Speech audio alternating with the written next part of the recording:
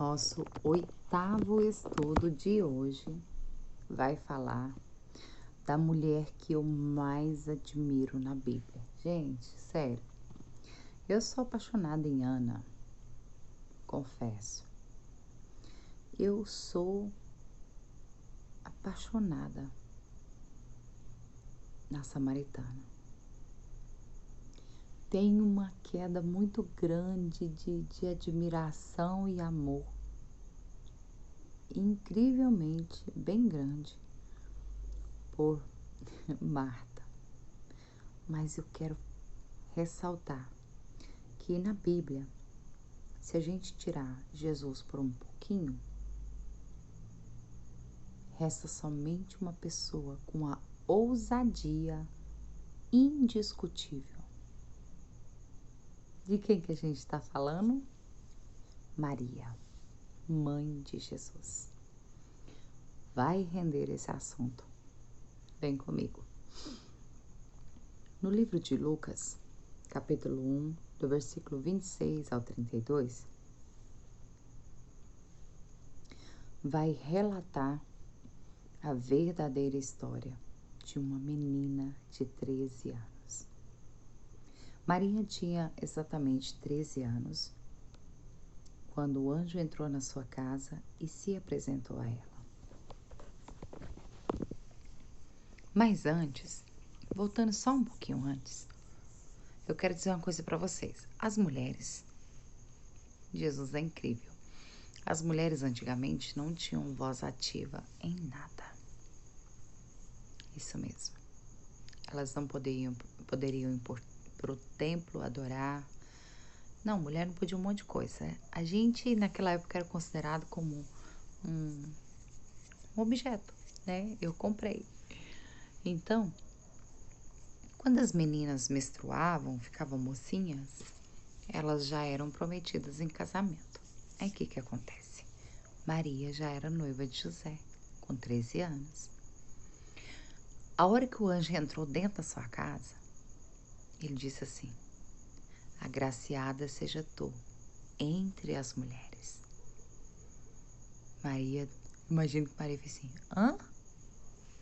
Meu Deus, quem que é esse que entrou aqui agora? Sabe, eu fico imaginando o encontro de uma menina de 13 anos. E uma grande responsabilidade. E quando ele falou que ela ia gerar, que ela ia carregar no ventre alguém tão importante como Jesus, Maria poderia ter feito como Zacarias no início de Lucas. Ah, conversa. Será? Não, Maria falou assim: como que eu vou engravidar se eu sou virgem? A ingenuidade até na pergunta. O anjo falou assim: fica tranquila, que isso é uma ação do Espírito Santo. Eu fico emocionada. Sabe por quê?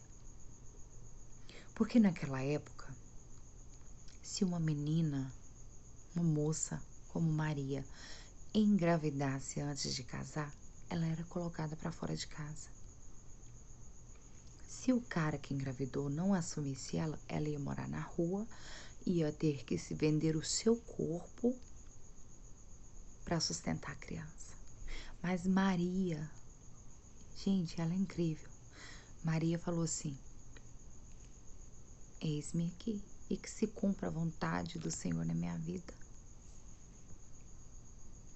Como não inspirar na ousadia, na coragem de uma garota? Incrível, né?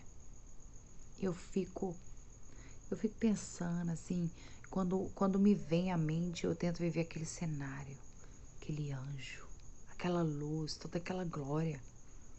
Uma menina que nunca não tinha liberdade para orar, para ir no templo, e recebe a bênção na sua casa.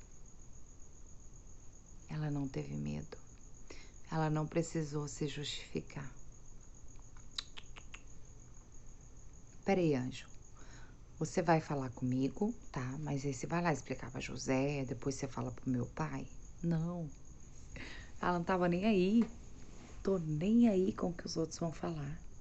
Eu quero é Jesus aqui. E o incrível é isso. A ousadia dela. Márcia, o que que aprende com Maria? Tudo.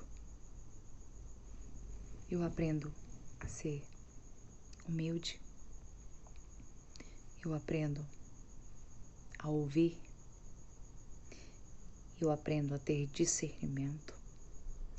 Eu aprendo a ter ousadia, coragem, convicção do que quer.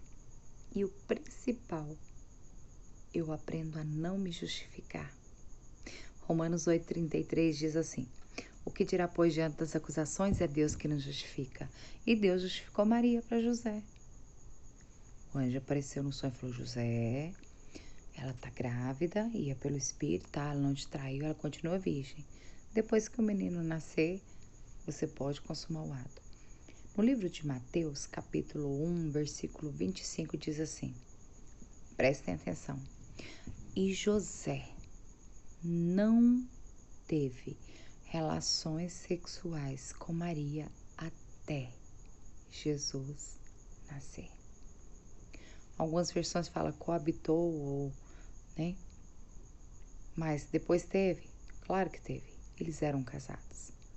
Mas até Jesus nascer. Por quê, Márcia? Porque aonde Jesus está, ninguém toca. Eu aprendo com Maria. Ousadia.